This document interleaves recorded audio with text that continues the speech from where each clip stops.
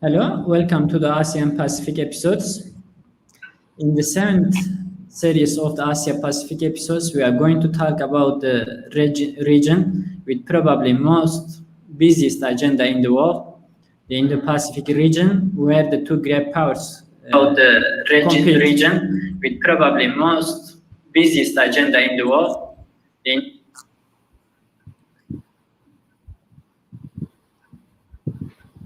China and US has a great rivalry, especially in this region. We are going to try to deal with the developments in detail with my guest today. My guest is Dr. Jagannath Panda. He is a research fellow and center head of for East Asia at Manohar Parrikar Institute for Defense Studies and Analyses, New Delhi, India. He is the series editor for Routledge Studies on Think Asia. Dr. Panda is author of the book India-China Relations, Politics of Resources, Identity and Authority in a Multipolar World Order, Routledge. He is also the author of the book China's Path to the Power, Party, Military and Politics of State Transition. Dr. Panda has also edited a number of books to his credit. Most recently, he has published an edited volume Scaling India-Japan Cooperation in Indo-Pacific and Beyond 2025, Connectivity, Corridors and Contours, and the Korean Peninsula and the Indo-Pacific Power Politics, Status, Security at Stake. Dr. Jagannatha, welcome to my program. Thank you very much for joining us. Today, we are going to talk about the Indo-Pacific region.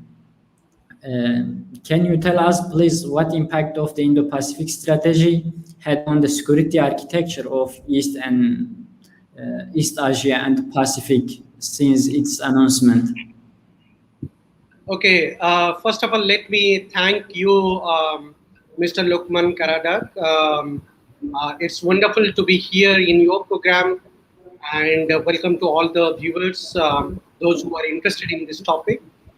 I think you have posed a very critical questions in front of us that how the Indo-Pacific developments and the strategies is influencing the regions, particularly the East Asian and the Pacific region.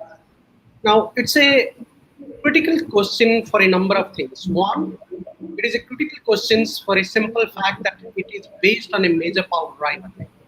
And this rivalry is between US and China. US, the established major power, the great powers, which wants to preserve the status quo of the world politics to its favor, whereas China, the incremental great power, which aims to change the norms and the order of the globe, and trying to influence the world politics to its favor, and therefore it is a great power, major power rivalry that is influencing the dynamics in Indo-Pacific, particularly impacting the East Asia and the Pacific regions. But while saying that, what we have to keep it in mind is that I think for the US, most importantly, it's more about preserving the status security.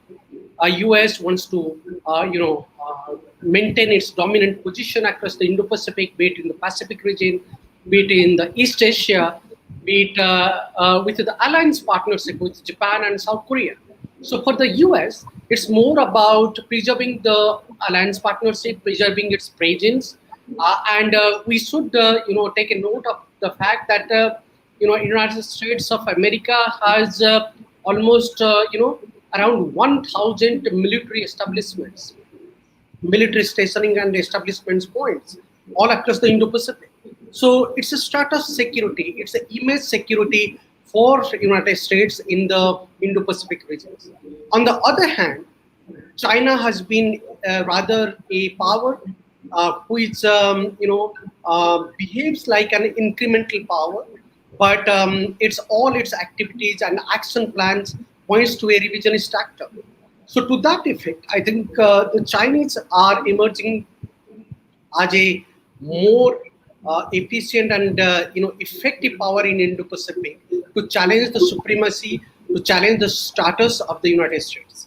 And to that effect, I think the Chinese are also focusing a lot in East Asia, on the Pacific regions, particularly in the immediate Southeast Asian regions. And if you see this Chinese approach towards Southeast Asia, they have been quite, vocal about the politics there, about the disputes there. They have a viewpoint about South China Sea, and we do see a more militaristic adventure from China in those regions. So it's basically a major power rivalry we are seeing, a great power competition between US and China, influencing the East Asian and the Pacific politics.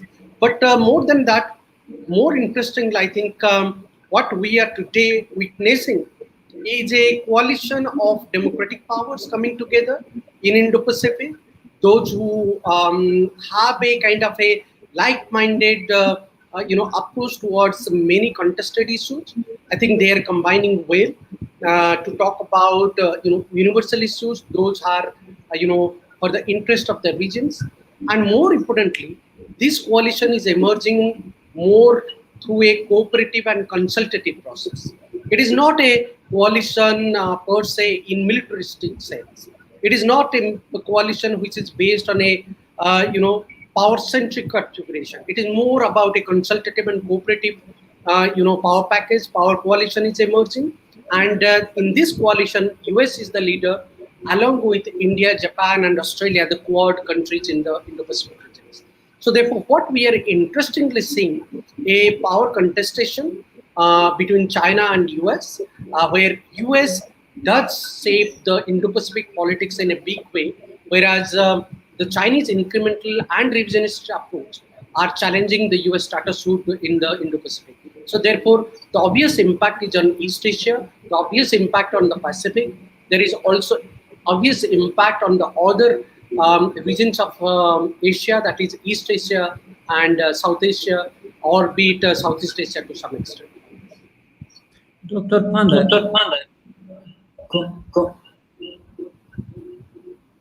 compared to the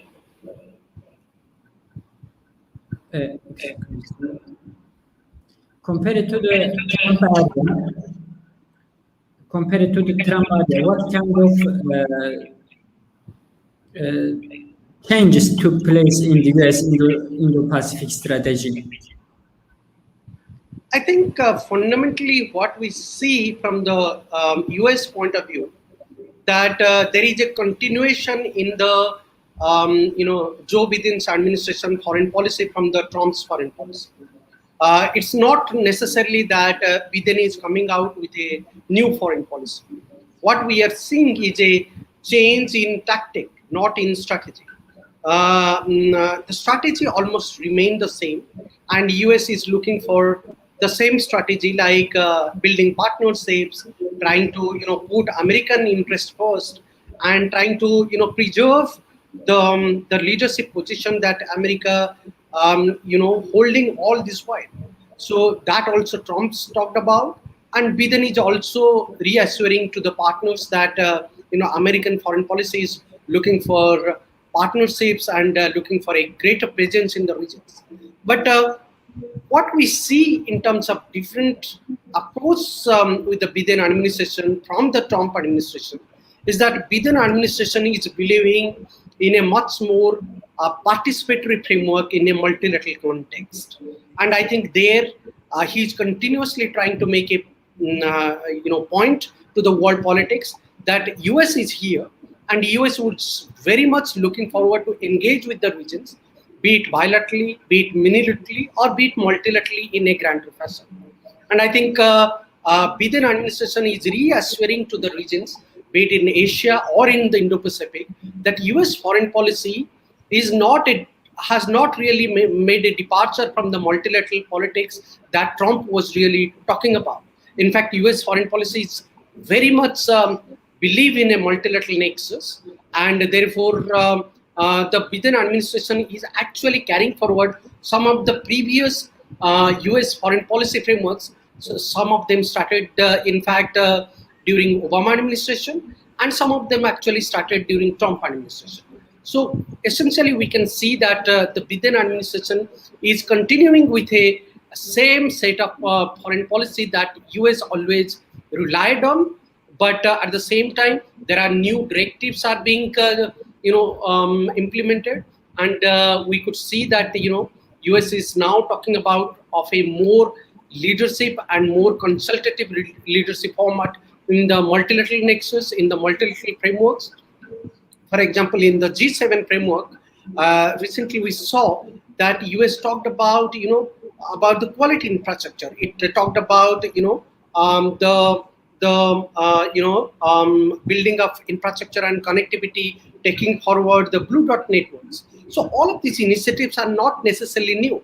It was always there with the Trump administration, and it was also there with the previous administration, that is the Obama administration. But again, what we saw is that there are new directives, new initiatives are being launched, looking at the new realities, geopolitical realities in the regions, and therefore one can say that American foreign policy is having new vibes as far as Indo-Pacific power politics is concerned. When we come to the Indian position, what kind of negative and positive effects does the Indo-Pacific strategy and the Quad security dialogue have on India's relation with China as a member and as a part of Alliance? I think what we have to see is that I think Indian foreign policy has been quite quite an effective foreign policy over the last 3 to 4 years.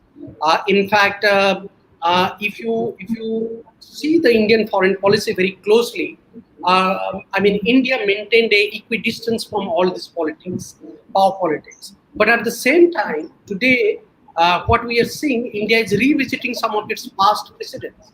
In fact, India is becoming an integral part of the power politics in the Indo-Pacific regions or in the world politics today. And therefore, what we are seeing today is that there is a slight change, there is a slight modification in Indian foreign policy taking place from a non-alignment to a multi-alignment framework. And within that multi-alignment framework, India is engaging with some of the Indo-Pacific powers more pointed. So therefore, there is a more pointed alignment strategy is taking place in Indian foreign policy. And this more pointed alignment strategy is to engage with US, with Australia, with Japan, more closely on defense and security issues. And therefore, we could see that there is an enormous focus on Indo-Pacific narratives in Indian foreign policy. And therefore, as a result, what we see is that India also giving a lot of importance to the Quad process, which is, constituted with US, Japan, and Australia as the partner. But one fundamental that needs to be mentioned about Indian foreign policy is that Indian foreign policy believes in inclusivity, in a much more collaborative and participatory framework. And if we see about Indian foreign policy, India is really talking about a more universalistic, participatory, and beneficial framework in the Indo-Pacific regions. And therefore, I think that in a way challenges the China's unilateral activities in the regions, and there has been a power contestation between India and China. And if you see, the Chinese rightfully see the arrival of the Quad and the enhancement of the Quad format to the from the ministerial meeting to the leadership's label as a security challenge to China. And I think the leadership in Beijing, seeing each and every development in Quad or in the Indo-Pacific regions, having some connect with India and US, having some connect with India and Japan and India and Australia. And therefore, I think to some extent, Indian foreign policy is making modification, continuous modification. There is a change taking place, and this change is more to advocate India's position, India's participatory interest, while trying to protect India's national interest, be it on the maritime domains, be it on the land geography. India is here to make a statement, and that should not be really missed out. Dr. Panda, in the Pacific region, in your observation, there is another project applied by China, 21st Century Maritime Silk Road project. In your observation, what distinguished the Indo-Pacific strategy from the China's 21st Maritime Silk Road project, especially in East Asia and Pacific region? I think both are of a different nature. When we are talking about the US-led Indo-Pacific strategy, that is based primarily on a free, open, inclusive regional order. It talks about a much more open, transparent framework. It talks about more of a universal and participatory, transparent regional order.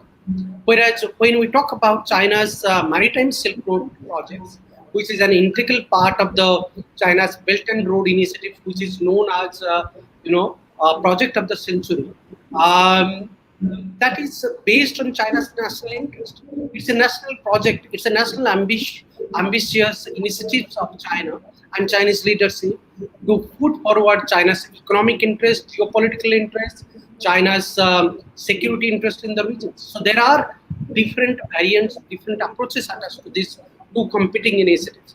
But I think when we talk about the US regional approach, one thing which is coming out very clearly is that US is here to engage with more like-minded countries in order to pose a challenge to China's revisionistic approaches in the region.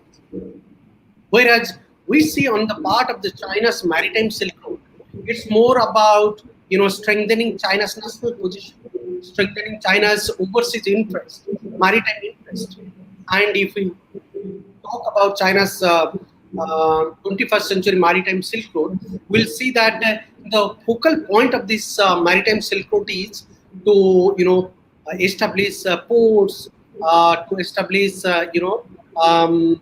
stationing points, build maritime infrastructure, trying to have more bilateral or more agreement-based port points or trading points on the maritime zone where China can take interest. China can take advantage of these ports and establishments. And I think that is one of the critical features of the 21st century maritime Silk Road project of China. And that should not be really missed out. So there are different elements attached to it.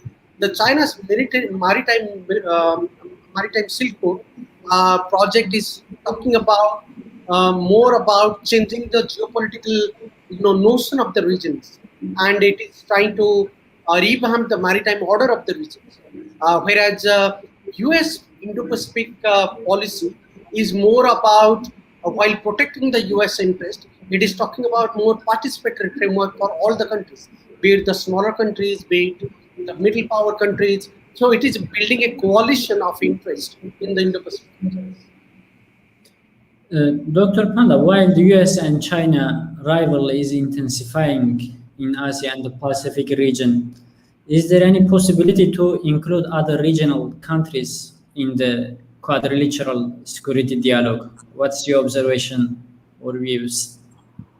I think what we need to be very clear about the Quad process is that Quad process is gaining momentum now. But again, it has not really emerged as a mature, minilateral forums. It's still what is evolving. It's still a process in making, and we should not draw unnecessary optimism out of the Quad process. Of course, what we see today is that there has been a tremendous progress about the Quad, and all the four countries are having official level meetings, ministerial level meetings. And we had a leadership meeting. So that explains that the Quad process is gaining momentum, and it is becoming naturally it is becoming an institutionalized process. But while saying that, I think it is too early to draw optimism about the Quad process. There are a number of issues that needs to be discussed within the Quad process. For example, are all the Quad countries, US, Japan, Australia, and India, are they really having a uniform or a united stand on conflicting issues, on the disputed issues, like let's say on South China Sea, on Taiwan issue, on Senkaku Island dispute, on India-China boundary dispute?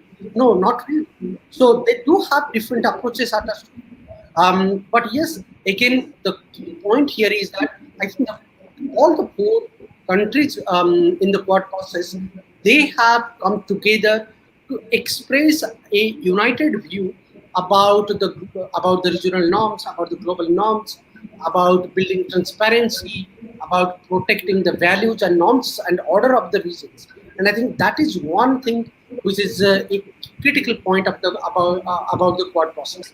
But about the expansion of the Quad process, I don't think at this moment Quad is poised to be expanded to another, a kind of a much more expanded version of the Quad we will see in the immediate future.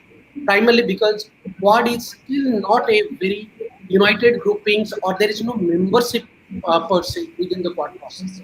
So therefore, we cannot say that there will be an expansion involving a new member.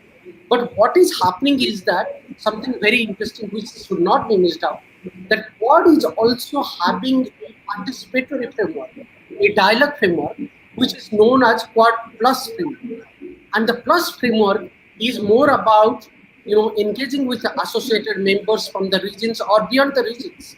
So therefore, what we can say is that there is a Quad Plus framework emerging, and therefore there is a scope for many other countries in the regions. They have a role to be a part of the Quad process, at least as a dialogue partner. For example, Vietnam can be a partner with the Quad countries in the Indo-Pacific regions or from the Southeast Asia. Singapore can be a partner. Equally, if we talk about the Eurozone, France can be a partner. Possibly, United Kingdom, Great Britain can be a partner, even though it has now, pulled itself out from the Eurozone. In fact, if you see about the Indo-Pacific regions or the Pacific-oriented regions, I think there is also a scope for Taiwan to become a dialogue partner with the Quad. So there is a Quad Plus format has emerged. And I think to that extent, there is a scope for many countries to become a part of the Quad process by involving themselves as a dialogue partner or participate in the participatory meetings to talk about the Indo-Pacific security. So I don't think Quad itself is poised to be for the expansion of the expansion in immediate future, but there is definitely a Quad Plus format, and the Plus format is more about having engaged with the Quad process, having engaged with the Quad countries, and try to have a more dialogue-oriented format in the Indo-Pacific regions. When we're talking about EU countries in their relation with the ASEAN Pacific region, the Britain and like France and perhaps other European countries soon will send their warships to the South China Sea and Pacific. What kind of picture do you envision among the competition, given China's assertive attitudes to the East and South China Seas?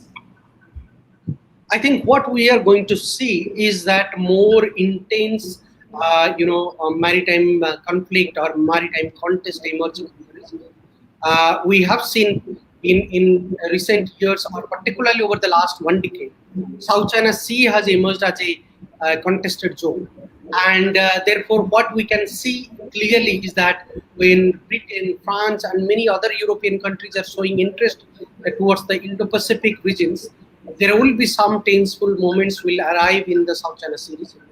In fact, we know for a fact that South China Sea region is one critical, maritime zone when it comes to the energy and oil politics. Many countries have their own interest in the region. Given its, volume of the energy resources, natural gas it has, I think South China Sea would continue to emerge as a plus point for many countries' strategic and economic interest. India is a party there, Japan is a party there, Australia is a party there. They might not really be a party to the South China Sea conflict per se, but each one of these countries, including the US, they have a more severe or intense maritime interest in the South China Sea region. And I think that is really going to make the situation more tense.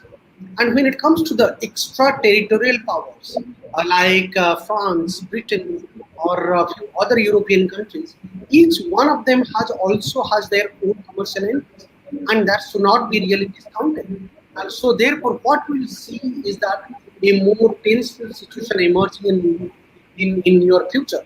We are talking about the Chinese and the ASEAN countries, the conflicting South China Sea claimant countries. They are talking about code of conduct, but we don't know whether the code of conduct would eventually really work out to bring peace and stability in the regions. And I think it is too early to say that code of conduct would really work. And the way the Chinese are actually building the artificial island, maritime ports, and they are going with their initiatives in the South China Sea regions. It is really alarming for the reasons that China at some point would emerge as a much more threatening power on the maritime domain, and that's a serious situation emerging, which will make the future in the South China Sea and in the East China Sea much more tenseful. In fact, I strongly believe China-Japan relationship has entered into a critical period, and I think Japan has to do something to protect its maritime interest and its own security. It has to build national strength, military strength, in order to protect its national interest. And I think to that effect, the way Japan is building up its partnerships, its military and security alliances and agreements with many countries, including some of the European countries. So we will see both the East China Sea and the South China Sea gradually becoming the plus points for maritime contest and maritime conflicts in times to come. Dr. Panda, considering Taiwan's increasingly fragile situation, do you envision possible Chinese intervention of a conflict or a conflict between US-China over Taiwan Strait? I think Taiwan matter is a very delicate matter, and it is not a delicate matter only for the Chinese, but it's a delicate matter for the US. It's a delicate matter for many countries in the region. For China and US, it's an obvious thing that for China, it's a national prestige. The Communist Party of China would hold the 100 years of its celebration. The celebration has started, but officially it is scheduled for tomorrow. And when the Chinese Communist Party is celebrating its 100 years, they would really like to, make a statement that the unification of Taiwan with mainland China should be one of the prominent geopolitical target of Chinese nation, and that should not be discounted. When we talk about US, I think Taiwan is a critical geographical region for US, and US status security in the region.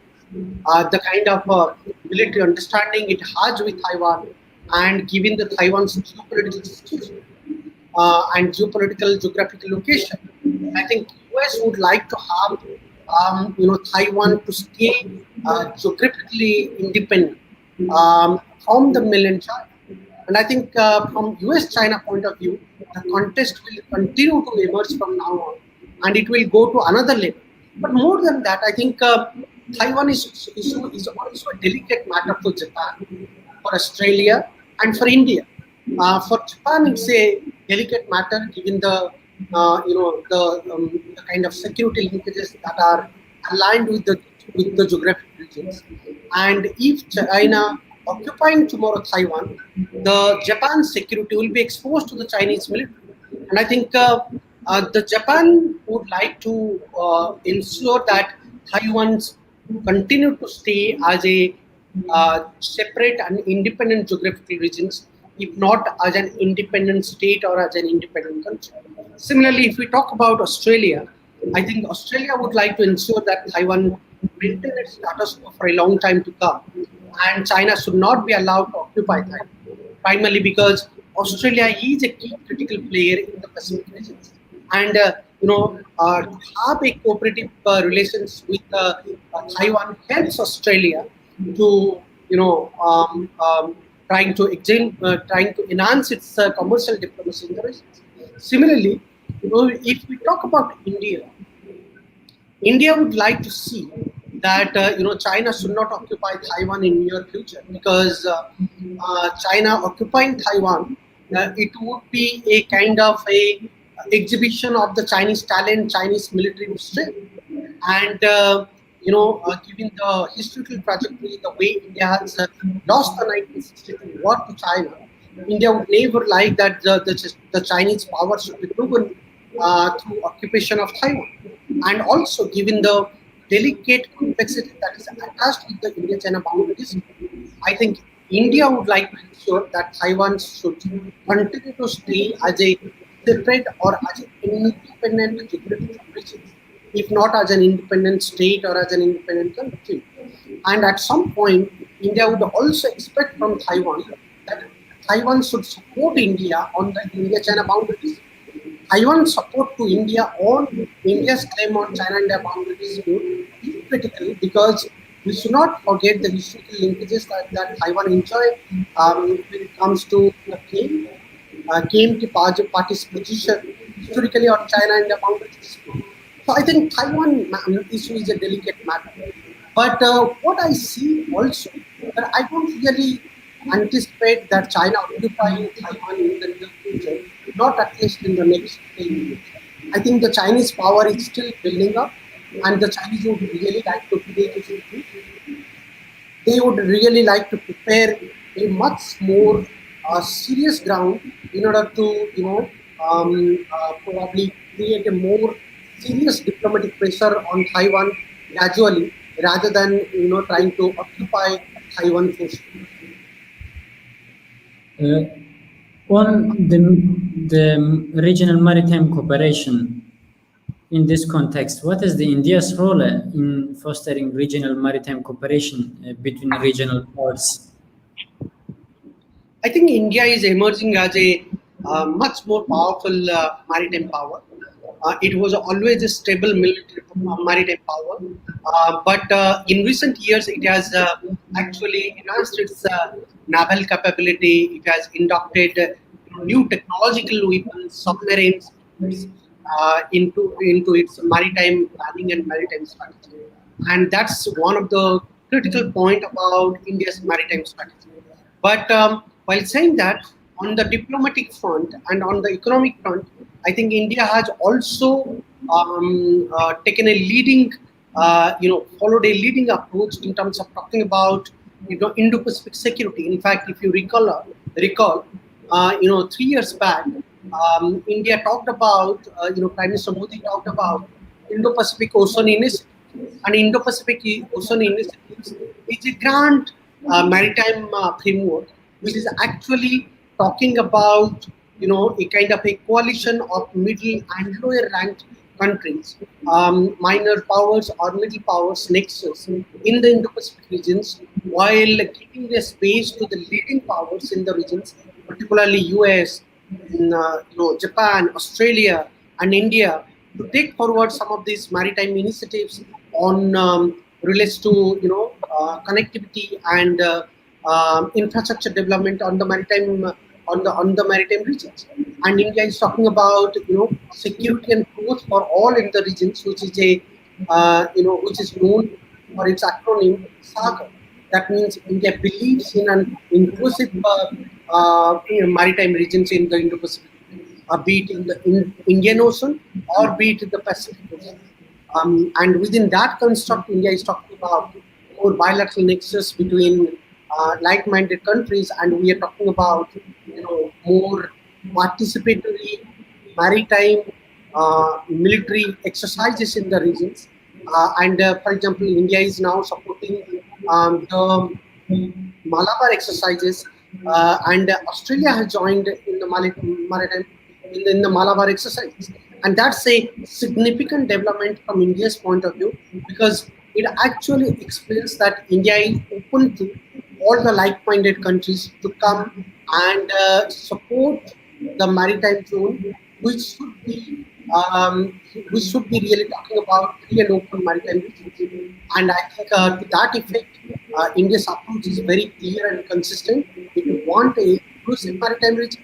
It wants Indo-Pacific to be an inclusive construct, and it should be a much more transparent maritime zone. That's what India is talking about for last few years.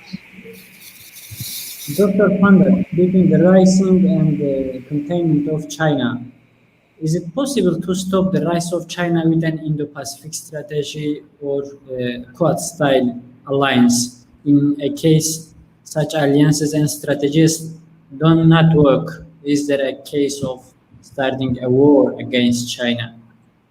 Do you think? I think what we need to be very clear is that rise of China is not necessarily a negative issue for the regions or for the world politics. Rise of China is a positive development for world politics. But what is really negative about the rise of China is the operational process of the Chinese Communist Party. Chinese Communist Party is not a transparent political party. It's been 100 years. The Chinese Communist Party has actually manipulated power to preserve its powers, and it has actually employed a much more coercive strategy to protect the China's national interest. So we don't really see China as a universal, as a participatory and inclusive power in the region. In fact, what is important to note here is that the Chinese power is based on protecting its own national security interests, its own economic interests, and more importantly, China's national strategy is to, promote China's national interest singularly. It is a much more unilateral national interest, initiatives that the Chinese are talking about in the Indo-Pacific regions. Now, but on the other hand, what we need to ensure is that can China's Communist Party be pressurized, and can China's politics, domestic politics, be encouraged to follow a democratic means? And I think if we take into account the recent developments in China, I think these are serious developments, be it in the Hong Kong, what's happening in the Hong Kong, the Xinjiang developments in Xinjiang regions, developments in the Tibetan regions. These are not really small developments. It talks about the coercive measures, the more militaristic approach that the Communist Party of China is implementing to protect China's national interests and China's rise in the world politics and in the regional politics. That should be opposed. And I think the Indo-Pacific like-minded countries, be it the Quad countries or the grand nexus that is emerging on the Quad Plus format, I think most countries should oppose China's coercive measures, particularly the Communist Party of China's coercive measures. So therefore, I would say that the rise of China is not necessarily a negative issue. The way the Communist Party functions, rising influence of the Communist Party is a negative development for the regions, and that should be opposed, and that should be contested. So therefore, the containment strategy in the Indo-Pacific regions should be against the Communist Party of China, which will eventually restrict, manage the influence of China. But there should not be a kind of a grand coalition, emerging against China. If there is a coalition emerging, it should emerge on the Communist Party of China to oppose its operations, to manage its behavior, and it should be encouraged to, come into the platform to negotiate with the countries and to have a much more collaborative and participatory framework in them. And therefore, we need to be very particular about China, what we are talking about. We should not oppose the rise of China, rather we should oppose the rising authority of the Chinese Communist Party within China. Dr. Panda, when we come to the significance of supply chain, what is significance of supply chain for Australia, India, and Japan ties? I think supply chain, the new Indo-Pacific supply chain resilience initiatives that is being talked about among Australia, India, and Japan is a key development.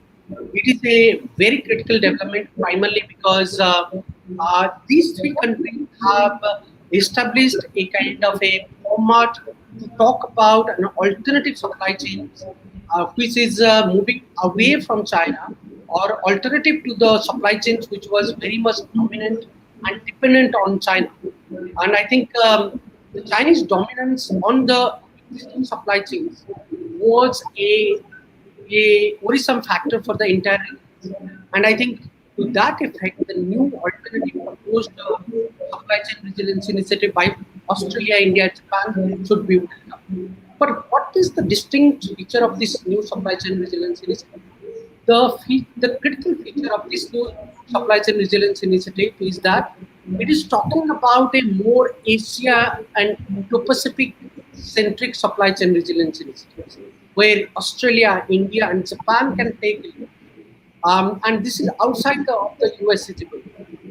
It's outside of the US participation framework. The Australia, India, Japan supply chain resilience initiatives are not necessarily trying to keep United States out of this network.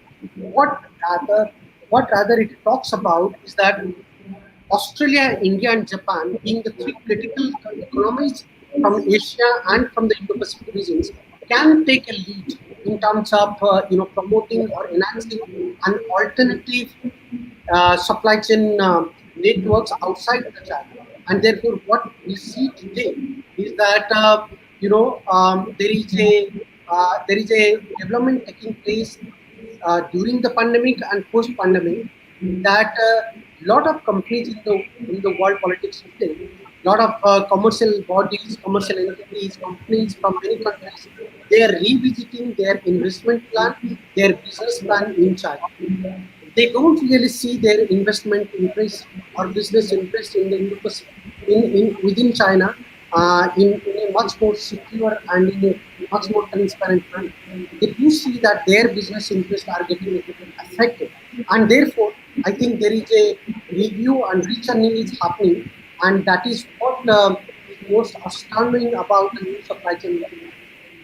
And in these initiatives, Australia, India, and Japan have been the key countries which are taking the initiatives, they are taking the lead, and that should be welcome.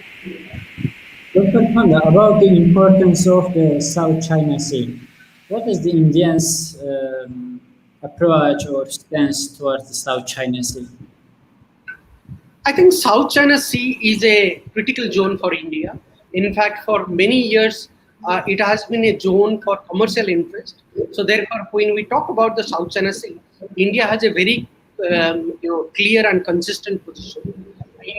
India hold the view that the dispute in the South China Sea or the South China Sea conflict should be resolved peacefully by the claimant countries, between China and the claimant countries of the South China Sea. India is not a party to the dispute. India is not a party to the conflict. So India does not want to take a side. But while saying that, India holds the view that there should be the dispute must be resolved peacefully without any conflict, and the dispute must be resolved in a free and open and transparent manner. It should be in the interest of the region. And more importantly, India is talking about critical growth and development in the maritime zones, particularly in the South China Sea, and it supports the freedom of navigation and overflight. And more importantly, it is talking about preserving the commercial interests, the commercial rights in the regions. And in fact, India is having a much more closer commercial collaborations with Vietnam, and therefore India has a key energy interest in the maritime zone of South China Sea.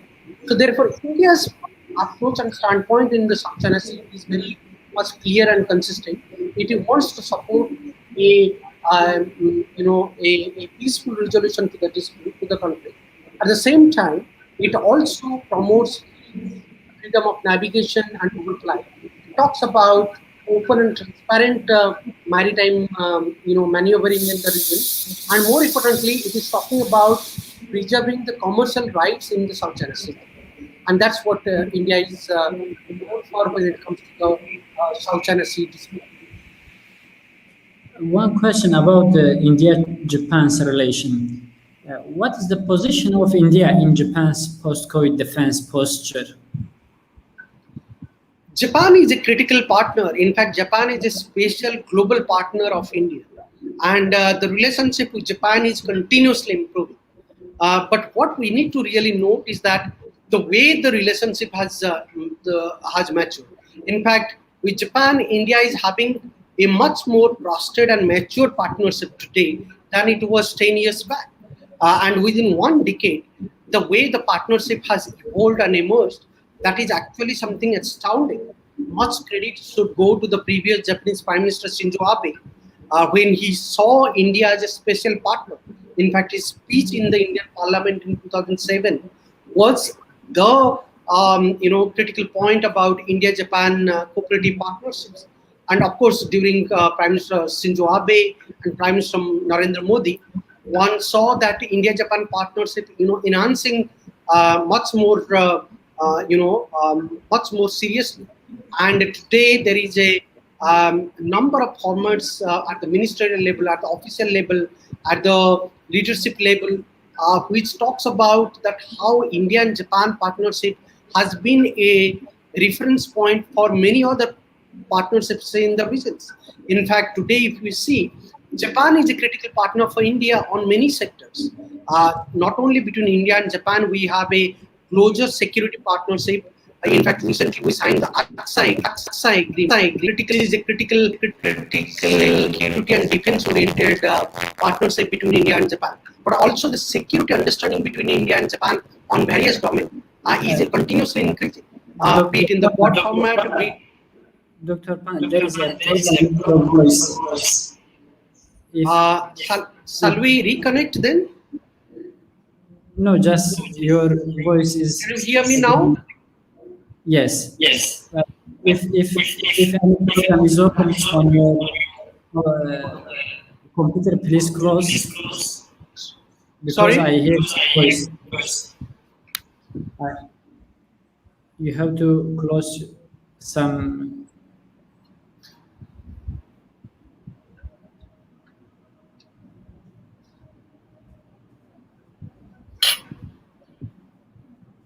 Can you hear me clearly now? Yes, now it's clear. Okay, so I would say that Japan has emerged as a stable partner, a global partner for India. There is a lot of initiatives taking place. In fact, India-Japan security partnership has enhanced. We recently signed the IDSA agreement, which is a critical security and defense-oriented agreement between India and Japan. While saying that, I think more impressively, the confidence that Japan has secured in the India's domestic context, be it infrastructure building, be it connectivity promotions. In fact, Japan is the only country which has got access to investment in the entire northeastern region of India. So that's a outstanding development between India and Japan. And the way India and Japan are partnering at the bilateral level, at the trilateral level, at the regional level, in the quad format, that is actually one of those reference points for many other partnership in the global politics today. So Japan is a critical partner, and for Japan also, India is a critical partner because India gives a gateway for Japan's Asia posturing, for a stronger posturing in Asia and in the Indo-Pacific regions. And I think Japan would not like to miss India in the global politics as a partner.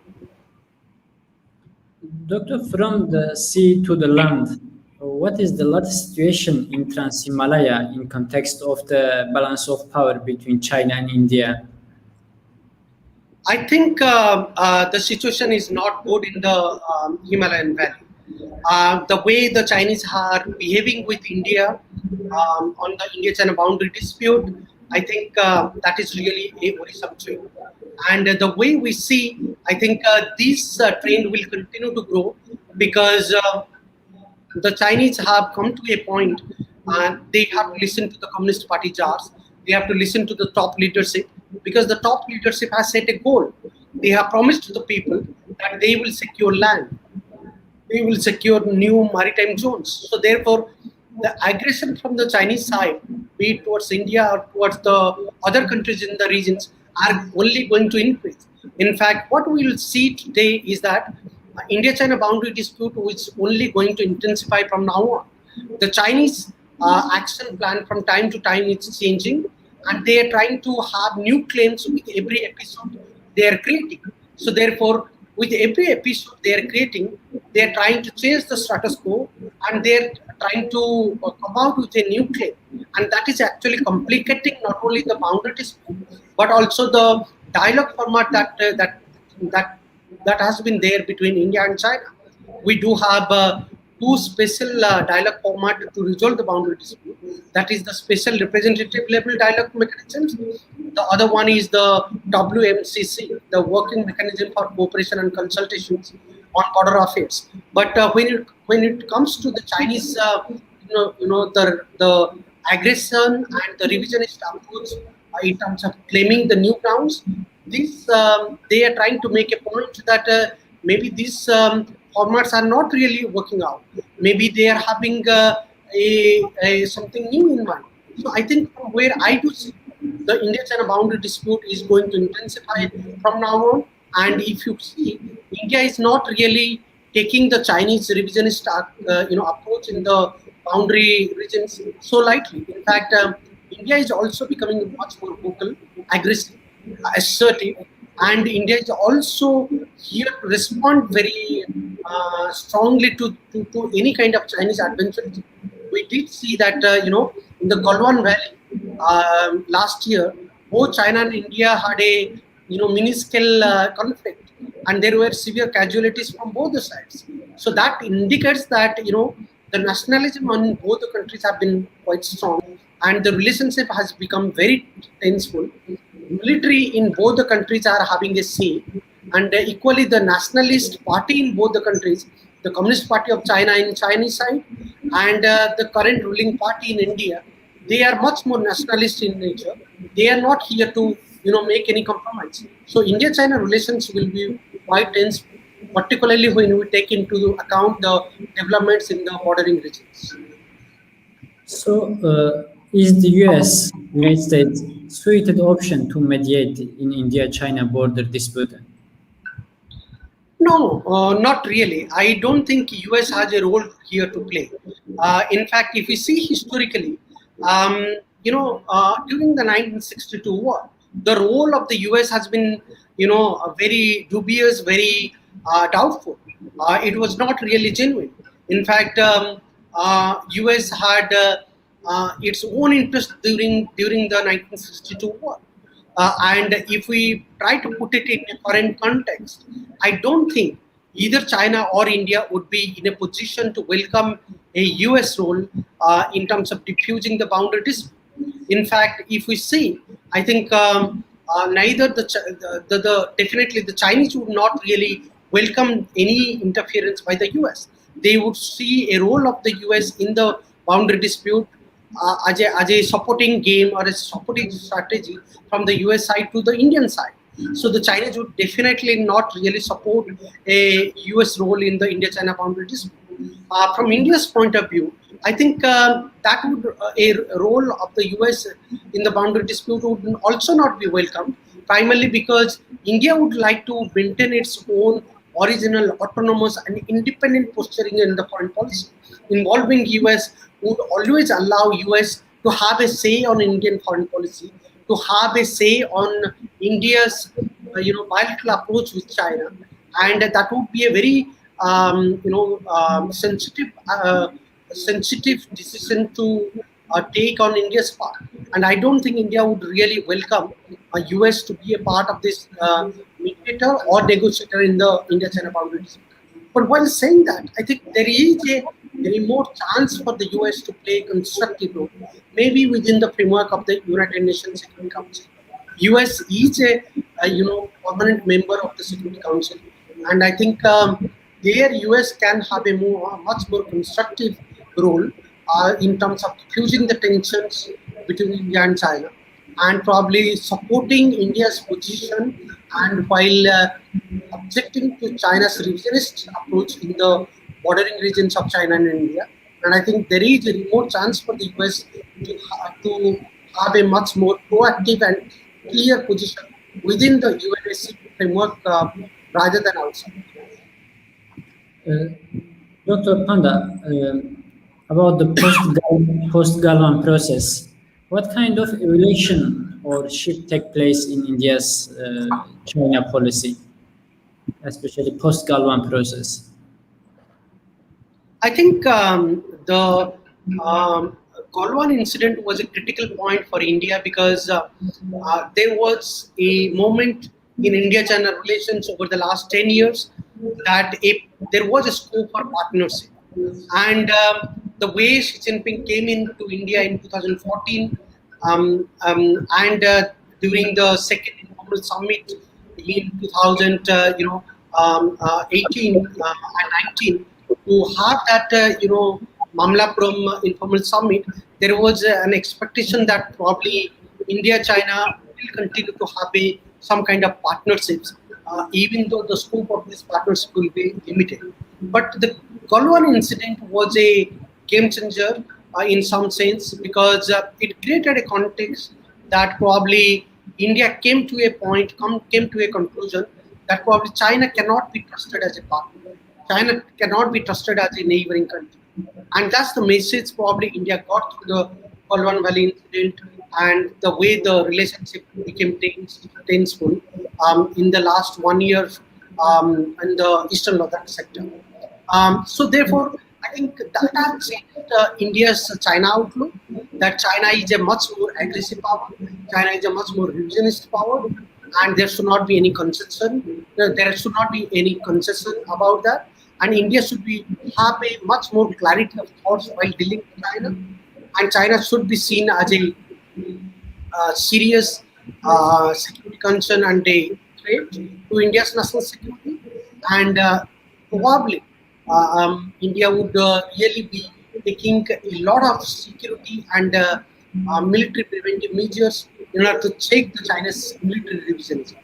While saying that, at the same time, India would be really careful of not completely disbandoning its ties with China, because China is a neighboring country, and India has to deal with China on day-to-day affairs as an immediate neighboring country. So therefore, India would like to have a working relationship with China, take the each and every issue on a issue-to-issue basis, and without having a really closed-door outlook or a close outlook towards China. India would be very cautious and mindful that China is a concern. China is a national security concern for India, and there should not be any mistake about that. Thank you very much, Dr. Jagannath Panda. Thank you for amazing information and knowledge about the Indo-Pacific region, India-China relation. Hope we can make another program together. And thank you for friends to watching us today or tonight. Thank you very much, Mr. Lokman. It's been wonderful to talk to you, and I hope we can continue this discussion at some point in future. Thank you very much.